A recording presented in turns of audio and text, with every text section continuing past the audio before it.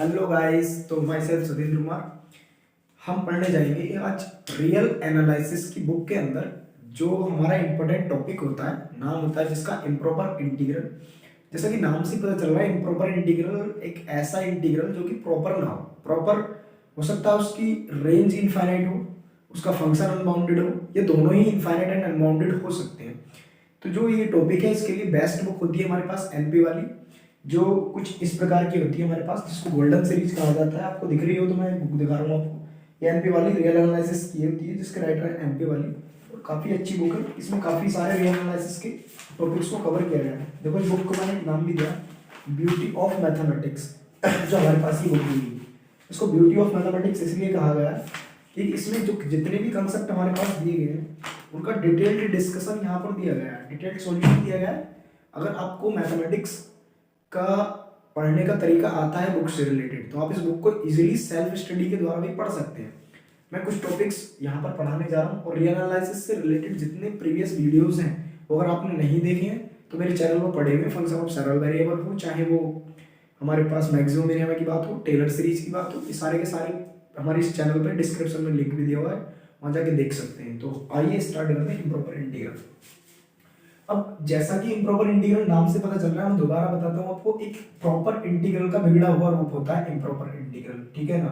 तो first of all हमें पता होना चाहिए प्रॉपर इंटीग्रल होता क्या है। तो हम जो 12th क्लास तक इंटीग्रल पढ़ते थे, वह इंटीग्रल हमारे पास प्रॉपर इंटीग्रल कहलाता था। तो क्या होती है प्रॉपर इंटीग्रल की डेफिनेशन, तो प्यार से देखिए यहाँ पर, इधर से मैं बता रहा हूँ आपको, ध्यान से समझने की कोशिश करना। If the range of integral is finite, यदि इंटीग्रल की रेंज फाइनाइट है, एंड फंक्शन, या उससे बेटर नाम होगा उसका इंटीग्रेंड, हम उसको कहते हैं इंटीग्रेंड। इंटीग्रेंड इज अनबाउंडेड, हमारे पास इंटीग्रेंड यदि अनबाउंडेड दिया हुआ है, तो सच काइंड ऑफ इंटीग्रल, तब इस प्रकार के जो भी इंटीग्रल होंगे, such kind of integral is called, ये मेरे पास कहलाते हैं इम्प्रॉपर इंटीग्रल। क्या कहलाते हैं? Improper integral. आइए एग्जांपल के द्वारा समझते हैं इस बात को। क्या एग्जांपल के द्वारा हम कहना क्या चाहते हैं, इस जो भी मुख्य परिभाषा हमने लिखी है यहाँ पर, एक मेन डेफिनेशन जिसका यूज किया है उन्हें डिफाइन करने के लिए प्रॉपर इंटीग्रल को। तो मेरे पास एक एग्जांपल होता है इसका। जैसे मैं सपोज दैट आई इस प्रकार लिखता हूँ, यहाँ लिखा मैंने 0 से लेकर 2 और 1 अपॉन, या 1 से लेके 2 और यहाँ पर लिख दिया मैंने x प्लस 2 इंटू dx। अब इन दोनों लिमिट्स के बीच कोई एक ऐसा इंटीग्रल, जो मेरे पास जो इंटीग्रेंड बना, जो इंटीग्रेंड किसको कहते हैं, जिसका हम इंटीग्रल करने जा रहे हैं यहाँ पर। एक होता है हमारे पास ऑपरेटर, ऑपरेटर होता है जिसकी रेस्पेक्ट में हम इंटीग्रेट करते हैं, इसको x ऑपरेटर है यहाँ पे। तो मैं 1 और 2 के बीच कोई एक अगर ऐसा नंबर फाइंड कर पाता हूँ जिसके द्वारा ये फंक्शन इनफाइनाइट हो जाता है, मतलब इंटीग्रेंड इनफाइनाइट हो जाता है, तो क्या 1 और 2 के बीच ऐसा नंबर कोई लाई करता है? नहीं। 1 से 2 के बीच कोई भी ऐसा नेगेटिव नंबर नहीं मिलेगा।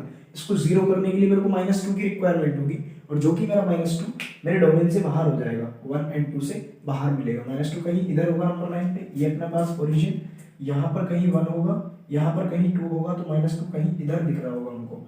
अब -2 तो इस रेंज में नहीं आ रहा, तो -2 इस रेंज में नहीं आ रहा, तो जिस रीजन से ये कभी भी अपने पास 1/0 वाली फॉर्म प्रोड्यूस नहीं करेगा, तो इसका नहीं कभी भी इन्फिनिटी की तरफ नहीं जाएगा, जिस कारण मेरा फंक्शन ऑलवेज बाउंडेड होगा।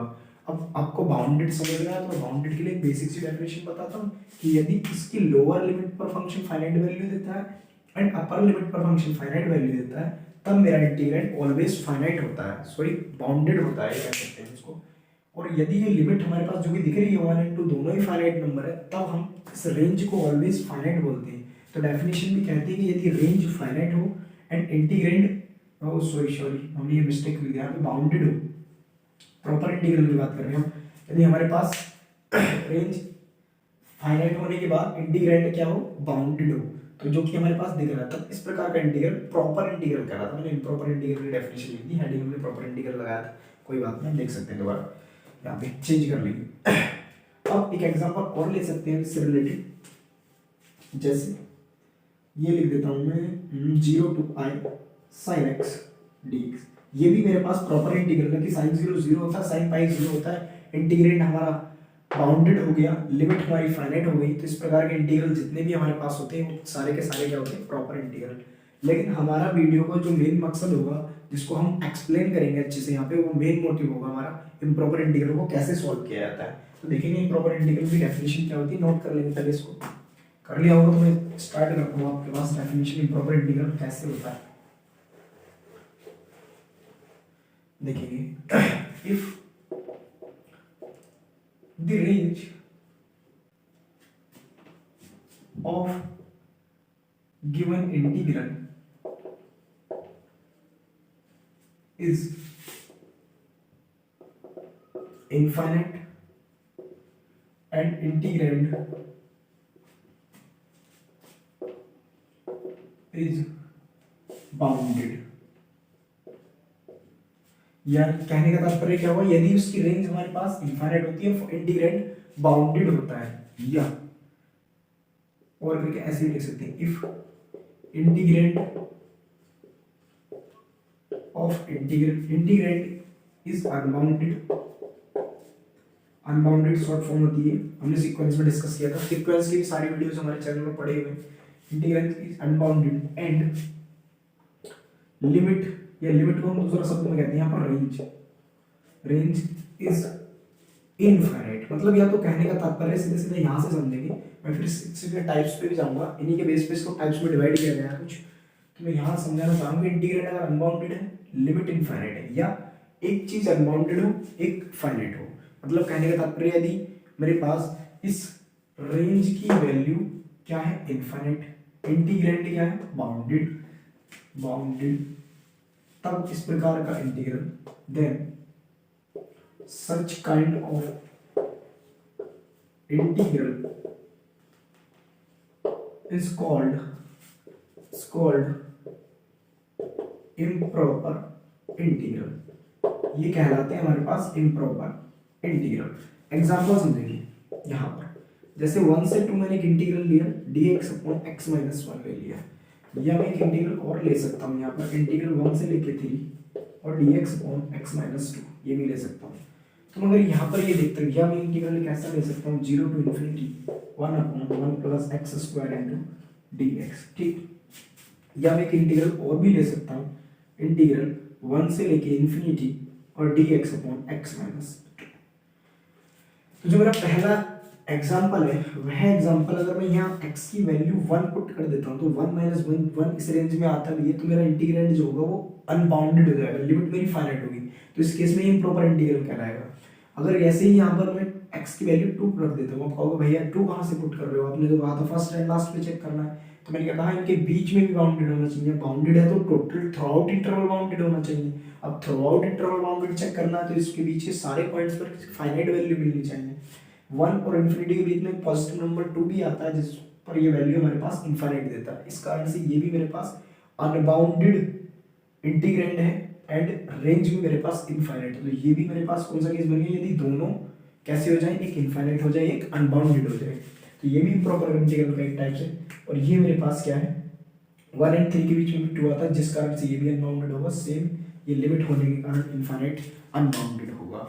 तो अब हम इसी आधार पर या इसी तथ्य पर आगे बढ़ते हुए कुछ इसके टाइप्स के बारे में डिस्कशन करते हैं कि इन लिमिट अनबाउंडेड या function infinite, sorry limit infinite and function unbounded होने के बेस पर हम इनको किन किन टाइप्स में डिवाइड कर सकते हैं, ठीक। तो आप ये नोट कर सकते हैं, हेडिंग लगाएंगे आप types of improper integral, types of improper integral, हम यहाँ हेडिंग लगाएंगे types of improper integral. Improper integral के टाइप्स हमारे पास क्या क्या होते हैं। सबसे पहला होता है हमारे पास फर्स्ट काइंड, सेकंड होता है, मैं आपको डेफिनेशन बोलूंगा, आप नोट कर सकते हैं साथ के साथ में, यहाँ एग्जांपल के द्वारा एक्सप्लेन करने की कोशिश करूंगा। Second kind improper integral and third kind improper integral. एक साथ में तीनों का एक्सप्लेन करूंगा जिससे आपको क्लियर कट समझ में आएगा बिल्कुल। तो पहले की डेफिनेशन होती है कि यदि मेरे पास इस प्रकार का इंटीग्रल लिखा हो 0 to infinity 1 upon 1 plus x square into dx, तो इसकी डेफिनेशन कैसे बनाएंगे, if range of the function या range of the integral is unbounded, sorry infinite, यदि रेंज किसी भी इंटीग्रल की इनफाइनाइट है जो कि यहाँ पर है, एंड फंक्शन इज बाउंडेड, कैसा हो, फंक्शन बाउंडेड मतलब range infinite and integrand is unbounded, यदि इंटीग्रैंड क्या है, अनबाउंडेड दिया है, तब इस प्रकार का जो इंटीग्रल होगा वो मेरे पास फर्स्ट काइंड इम्प्रॉपर इंटीग्रल कहलाएगा। कहोगे भैया एक बाउंडेड कैसे है, तो थ्रू आउट चेक करेंगे हम, जीरो पर ये वैल्यू कितनी देता है 1, इन्फिनिटी पे 1/इनफाइनाइट क्या होता है हमारे पास, जीरो होता है, तो वह भी फाइनाइट नंबर है, उसके बीच कोई भी ऐसा पॉजिटिव नंबर नहीं मिलेगा, क्योंकि जीरो टू इन्फिनिटी में सारे सारे पॉजिटिव नंबर आएंगे, कोई भी पॉजिटिव ऐसा नंबर नहीं मिलेगा जो इस फंक्शन को अनबाउंडेड बना देगा। ठीक, तो जिस कारण से फंक्शन तो हमारे पास कैसा हो गया, अनबाउंडेड, लिमिट हो गई इनफाइनाइट, तो फर्स्ट केस हमारे पास कहलाया improper integral of first kind. Second check करेंगे हम, सेकंड काइंड, बहुत ही प्यार से समझा रहा हूँ आपको, बेस लेकर चल रहा हूँ, मतलब डीपली समझाने की कोशिश कर रहा हूँ, बहुत आराम से समझाने की कोशिश कर रहा हूँ, ताकि मैं आपको टेस्ट डिस्कस कराऊँ आगे जाके तो बहुत अच्छे से समझ में आए। ठीक, तो सेकंड काइंड क्या होता है, if range of the function is, if range of the function is finite, definition लिखेंगे, if range of the function is finite and integrand is unbounded,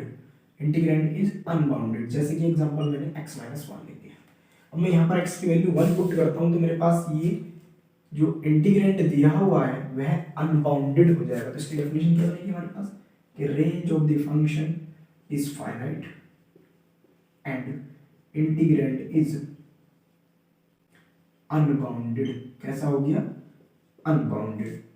ठीक, हाँ सही है, इसका रिवर्स ऑर्डर हो गया तो हमारे पास ये कैसा कहलाएगा, सेकंड काइंड। अब थर्ड काइंड की बात करते हैं, यदि इस प्रकार का इंटीग्रल हो 0 to infinity 1/x minus 2 into dx, if range of the function is infinite, इन दोनों का मिक्स है, इन दोनों का मिक्स क्या है हमारे पास, third kind improper integral, if range of the function is infinite and integrand is unbounded, unbounded कहाँ चेक करते हैं, जिस रेंज में हम इस फंक्शन को इंटीग्रेट करना चाह रहे हैं। ठीक, तो ये हमारे पास कैसा कहलाता है, third kind of improper integral. तो आशा है कि आप सभी को समझ में आया होगा इम्प्रॉपर इंटीग्रल के टाइप्स किस प्रकार के होते हैं।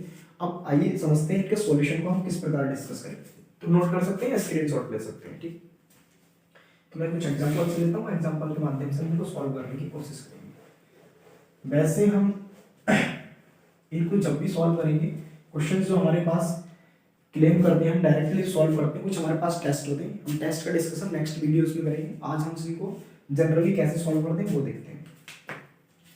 डालेंगे solution of improper integral of first kind, में एक एग्जांपल दूंगा दोनों काइंड का और फिर हम इस वीडियो को फिनिश करेंगे। ठीक, फर्स्ट काइंड एक एग्जांपल लेता हूँ, इन दोनों ही लेते, चलो एक पहले काइंड का एग्जांपल लेते हैं। i is equal to integral 0 to infinity 1/1 plus x square into dx। अब हमारे पास क्वेश्चन कैसे आता है कि test the convergence of improper integral, ठीक, नया वर्ड आया कन्वर्जेंस। तो जैसे कि हम सीक्वेंस में पढ़ चुके थे, यदि किसी फंक्शन की लिमिट फाइनाइट आती है at n tending to infinity तो फंक्शन हमारे पास कन्वर्जेंट होता है। सेम हम यहाँ पर, यदि मेरे पास यह इंटीग्रल फाइनाइट वैल्यू देता है इंटीग्रेट होने के बाद, तब मेरे पास इम्प्रॉपर इंटीग्रल क्या होगा, कन्वर्जेंट। तो डेफिनेशन लिख सकते हैं, if integral value of a function is finite that integral is called convergent and limit is sorry and integral value is infinite that integral is called divergent integral. ठीक, तो हम यहाँ से सुनेंगे इसकी डेफिनेशन देखते हैं। देखो एक बात दिमाग में समझेंगे, जितने भी दुनिया के इंटीग्रल हम सॉल्व करते हैं, जो भी हम टोटल इंटीग्रल सॉल्व करते हैं, वह इंटीग्रल ऑलवेज फाइनाइट रेंज पर ही सॉल्व किए जाते हैं। अब यहाँ रेंज मेरे पास क्या हुई, इनफाइनाइट। तो मैं इसको एक काम करता हूँ, यहाँ पे इस प्रकार सॉल्व करता हूँ, आई लिमिट मैंने ले लिया एप्सिलॉन अप्रोचेस टू इन्फिनिटी और यहाँ लिख दिया 0 टू एप्सिलॉन। एप्सिलॉन अप्रोच कर रहा है इन्फिनिटी की तरफ, ठीक है, एप्सिलॉन को पॉजिटिव नंबर है अपने पास और 1/1 plus x square into dx। तो i is equal to limit epsilon approaches to infinity, इसका इंटीग्रल होता है tan इनवर्स x, लिमिट हमारे पास 0 टू इन्फिनिटी। अब इसको पुट करेंगे तो limit epsilon tends to infinity हमारे पास बनेगा ये, sorry epsilon tan inverse epsilon minus tan inverse 0। tan inverse 0 हमारे पास होता है 0, और एप्सिलॉन की वैल्यू जैसे पुट करेंगे यहाँ पर तो i इज इक्वल टू हमारे पास फाइनली बनेगा tan इनवर्स इनफाइनाइट। ये tan इनवर्स 0 हो गया, और tan इनवर्स इनफाइनाइट हमारे पास वैल्यू होती है π/2 की, जो कि हमारे पास फाइनाइट वैल्यू है, और फाइनाइट वैल्यू होने के कारण ही हमारे पास implies that integral 1/1 plus x square limit 0 to infinite dx is convergent integral हो गया। कैसा इंटीग्रल हो गया? कन्वर्जेंट। नोट करेंगे। अब मैं एक एग्जांपल लेता हूँ सेकंड काइंड इंप्रॉपर इंटीग्रल का। एग्जांपल लेते हैं सेकंड काइंड इंप्रॉपर इंटीग्रल का, वह समझाने की कोशिश करता हूँ उसको कैसे सॉल्व करेंगे। देखेंगे इधर एग्जांपल नंबर सेकंड, एग्जांपल लिया I is equal to integral 1 upon x minus 2, और यहाँ लिखा 1 से 3 into dx। ठीक, तो यहाँ पे लिखेंगे it is an improper integral of second kind। तो कैसे सेकंड काइंड improper इंटीग्रल हुआ मेरे भाई? कि ये सेकंड काइंड improper इंटीग्रल इसलिए हो गया क्योंकि यहाँ पर मेरे पास फंक्शन की लिमिट तो मेरे पास फाइनाइट मिलती है, मतलब रेंज फाइनाइट होती है, लेकिन 1 से 3 के बीच 2 नंबर ऐसा आता है जो यहाँ पर पुट करने पे फंक्शन अनबाउंडेड हो जाता है। तो जिस रीजन से सेकंड काइंड इंप्रॉपर इंटीग्रल हुआ। तो यहाँ पर एक काम करते हैं हम, देखना इधर इसके सॉल्यूशन का तरीका क्या होता है। I tan d2, तो ध्यान से सुनना, जब भी हमारे पास लोअर लिमिट, ऐसे समझो इसको, ऐसे समझना इजी पड़ेगा हमको, x माइनस 1, जब लोअर लिमिट फंक्शन को ऑलवेज क्या बनाएगी? अनबाउंडेड। तब मैं इस लिमिट में कुछ ऐड करूंगा, और जब अपर लिमिट इसको अनबाउंडेड बनाएगी तब मैं उस अपर लिमिट में से कुछ सब्ट्रैक्ट करूंगा। तो लिखूंगा लिमिट एप्सिलॉन टेंड्स टू 0, और यहाँ लिखा मैंने 1 plus epsilon 3 1 upon x minus 1 into D. अब इसको समझ ऐसे सकते हैं कि प्लस या माइनस ऐड करना कैसे है, क्योंकि जो भी हमारा ये फंक्शन होता है 1 और 3 के बीच डिफाइन होता है। यदि मैं इस 1 में से कुछ सब्ट्रैक्ट कर देता तो 1 माइनस होता, जो कि इस रेंज से बाहर चला जाता और फंक्शन इस पर डिफाइन नहीं हो रहा होता, तो वह इस नियम के विरुद्ध हो जाता। ठीक, तो जो कि हमारे पास क्या होता है? गलत होगा। तो इसीलिए हम लोअर लिमिट में ऑलवेज ऐड करेंगे एंड अपर लिमिट में ऑलवेज सब्ट्रैक्ट करेंगे। ठीक, तो लिमिट एप्सिलॉन टेंड्स टू 0, इसका इंटीग्रल हम सभी जानते हैं, वह होता है हमारे पास log x माइनस 1 और लिमिट 1 प्लस एप्सिलॉन टू 3। यहाँ पर मैं वैल्यू सी पुट कर देता हूँ, तो मेरे पास बनने वाला है I is equal to limit epsilon approaches to 0, ये बना हमारे पास log 3 माइनस 1, तो 3 माइनस 1 2 हो गया, log 2 प्लस ये बना log मेरे पास x की वैल्यू 1 प्लस एप्सिलॉन माइनस 1, और 1 से 1 कैंसिल आउट, तो I इज इक्वल टू मेरा limit epsilon tends to 0 log 2, इस एप्सिलॉन की वैल्यू पुट कर देता हूँ, प्लस log 0, और log 0 मेरे पास होता है माइनस इनफाइनाइट। तो जिस रीजन से मेरे पास log 2 माइनस इनफाइनाइट बना, तो मेरे पास अनडिफाइंड हो गया, डज नॉट एग्जिस्ट वैल्यू मिली। जब ये डज नॉट एग्जिस्ट वैल्यू मिली, तो इस रीजन से हमारे पास जो गिवन इंटीग्रल था ये कैसा हो गया? It implies that integral 1 upon x minus 1 into dx limit carry 1 to 3 is divergent improper integral. Divergent integral, improper नहीं, इम्प्रॉपर तो था ही, ठीक है। तो कैसा हो गया? Divergent integral. तो आई होप आप सभी को समझ में आया होगा जो हमने आज डिस्कशन किया, इम्प्रॉपर इंटीग्रल होता क्या है, उसके कितने टाइप्स होते हैं, उनको किस प्रकार सॉल्व किया जाता है। नेक्स्ट वीडियो लेक्चर में हम दिखाएंगे P test, comparison test, the mu test, absolute convergence test. इन वीडियोस में जो अपकमिंग वीडियोस होंगी वहाँ डिस्कशन करेंगे इन सभी टेस्ट से कैसे क्लेम करेंगे हम first kind improper integral, second and third kind improper integral की कन्वर्जेंस को। ठीक, तो अगर आपको वीडियोस अच्छी लग रही है तो लाइक करें, सब्सक्राइब करें और चैनल को बेल आइकन को प्रेस कर लें। ठीक।